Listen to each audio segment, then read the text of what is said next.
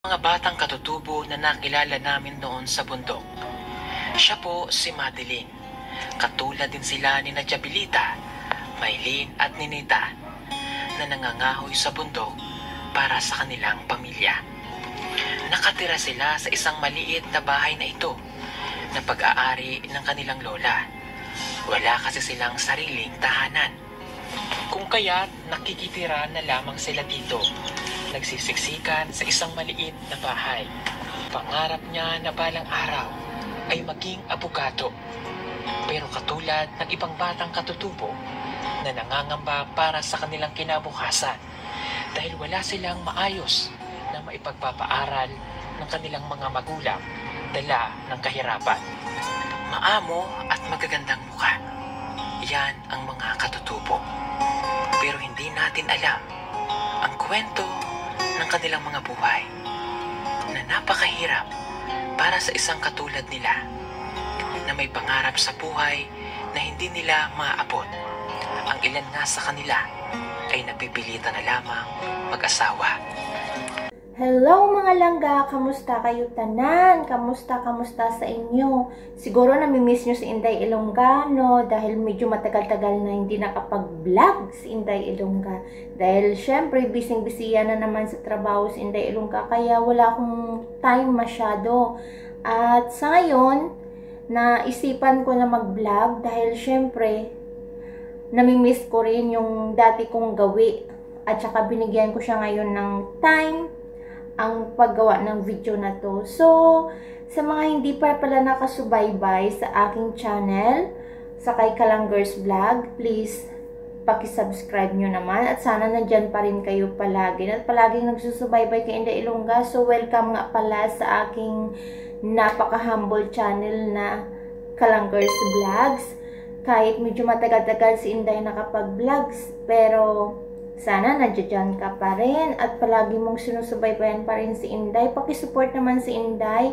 Although wala lang talaga ako masyado time mga langga. Kaya this time, nagkaroon na naman ako ng, kumbaga masabi natin itong vlog na to ay isang reaction video na naman. Mayroon akong reaction video lang talaga na napakainit-init pa talaga ngayon. Kaya sana nandyan ka. So, anyway mga langga, mayroon lang akong i-update o panibagong reaction video ito. Sino ngayon nakasubaybay sa live pala ni Sir Paul o ni Pugong Biyahero?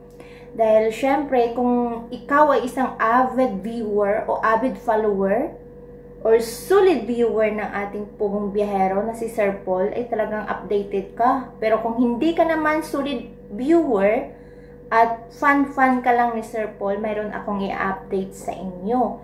Sino nga pala yung nakaalala sa kay Madeline? Si Madeline ay kung naalala nyo at kung ikaw ay talagang solid viewer ni Pugong Biyahero, talagang nasusubaybayan mo yung nagiging vlog ni Sir Paul noon dati kay Madeline. Si Madeline ay pinsan siya ni Maylin. So, mayroon akong re-reaction video dahil siguro mga nasa 1 year na rin na nanatili si Madeline sa sponsor, sa bahay ng sponsor niya sa Cavite. So, yung batang to ay nag-aral na almost 1 year. So, napakabuti ng family na yun. Shoutout nga pala sa kay Madam Roth dyan, yung nag-aalaga kay Madeline sa Cavite. Talagang napareaction lang talaga ako mga langga dahil syempre matagal ako nagsusubaybay kay Madeline. Simulat sa Paul day 1 na pagbablog ni Sir Paul sa kanyang family at nakuha niya at dala si Madeline sa Manila para mag-aral. So, ngayon, nag-reaction video ako dahil sa marami akong napapanood at lalo na yung napanood ko yung vlog ng Tres Marias doon sa vlog ni Tito Herns TV. At lalo na rin yung napanood ko, nasubaybayan ko yung live ni Sir Paul na talagang itong si Madeline ay maling-mali talaga, formulang maling-mali talaga ang desisyon ni Madeline. Although hindi natin masisi kasi syempre bata pa yun. Pero para lang sa akin, ako ay isang avid fan o avid viewer ni Sir Paul. Sa lahat ng mga vlogs niya, sa lahat ng mga video na ina-upload niya, talagang ako'y personally nang hihinayang talaga sa opportunity na binigay ni Sir Paul sa kay Madeline.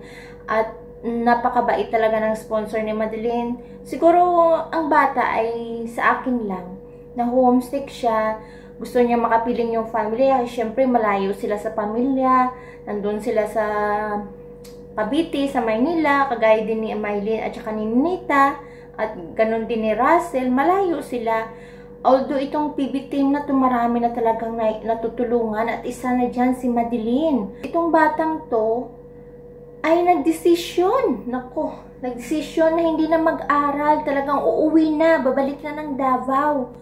Nako Madeline, kung mapanood mo itong vlog ni Inday Ilongga, reaction video ni Inday Ilongga, sana mapanood mo at sana makarating ito sa'yo.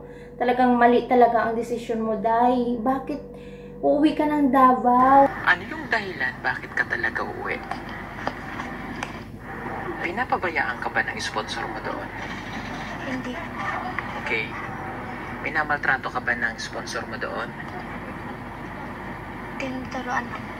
Okay, tinuturuan ka. So, malinaw na ikaw ay hindi minamaltrato, hindi ka pinapabayaan, at higit sa lahat, ay ibinibigay yung mga pangangailangan mo. Opo. Okay, so ang main reason mo bakit ka uuwi at hindi ka nababalik dahil gusto mo nasa sa akin ka.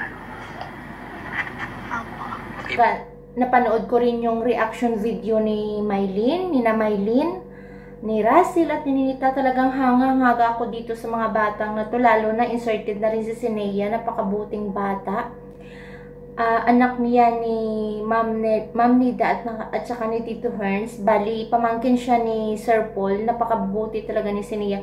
So, napanood ko yung reaction video ng mga batang to about kay Madeline. Talagang mapahanga ka talaga sa mga advice nila. Talagang, lalo na itong si Maylin, napaka-matured talaga ng pag-iisip na ngayon ni Maylin. Talagang malaking pagbabago ni Maylin na. So, ikaw talaga, Madeline, ay mali talaga yung desisyon mo, Day. Pero although mali man yan, na para sa iyo ay tama, hindi ka namin masisisi. All si Inday Ilongga ay talagang nangihinayang lang. Kaya nagkaroon ako ng reaction video na to. Kaya sana, Madeline, naku, ma-realize mo lahat na mali talaga ang desisyon mo, Day. Para sa akin, ako'y nanghihinayang dahil hindi mo pinahalagahan yung opportunity na dumating sa buhay mo, Day. So, yun ang mga langga, uuwi siya ng Davao, babalik siya ng Davao, babalik siya sa bundok, at sabi niya doon daw siya magpatuloy sa pag-aaral, at makapiling yung kanyang family. Siguro pwede naman siyang, at least, kung uuwi siya doon sa Davao, talagang responsibilidad naman talaga ng mga nanay niya, ng mga magulang o ng parents niya para mapaaral. Pero talagang nangihinayang na talaga ako sa opportunity na binigay ni Sir Paul, lalo na ng kanyang sponsor.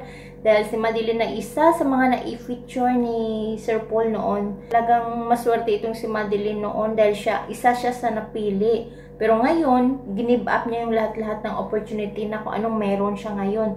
Sana ang masabi lang ni Inday Ilongga, mag-aral ka at sikapin mo mag-aral at makapagtapos kahit paano, at huwag ka sana maagang mag-asawa dahil sa sitwasyon ng pamumuhay nyo sa Davao, talagang sinubaybayan ko, hirap na hirap kayo noon, at thankful ka lang talaga dahil isa ka sa mga na-feature ni Sir Paul at nagkaroon kayo ng sponsor at nagkaroon kayo ng maayos na pamamahay dahil kay Sir Paul. So, lahat ng yun, nangihinayang talaga ako sa ginawa mo. Tama talaga itong si Maylin. Si Maylin, buti talaga ng mindset ni Maylin. Nang gusto niya makapagtapos sa pag-aaral at babalik sa Davao na talagang may karangalan. Shout out sa lahat ng mga scholars ng mga PB team.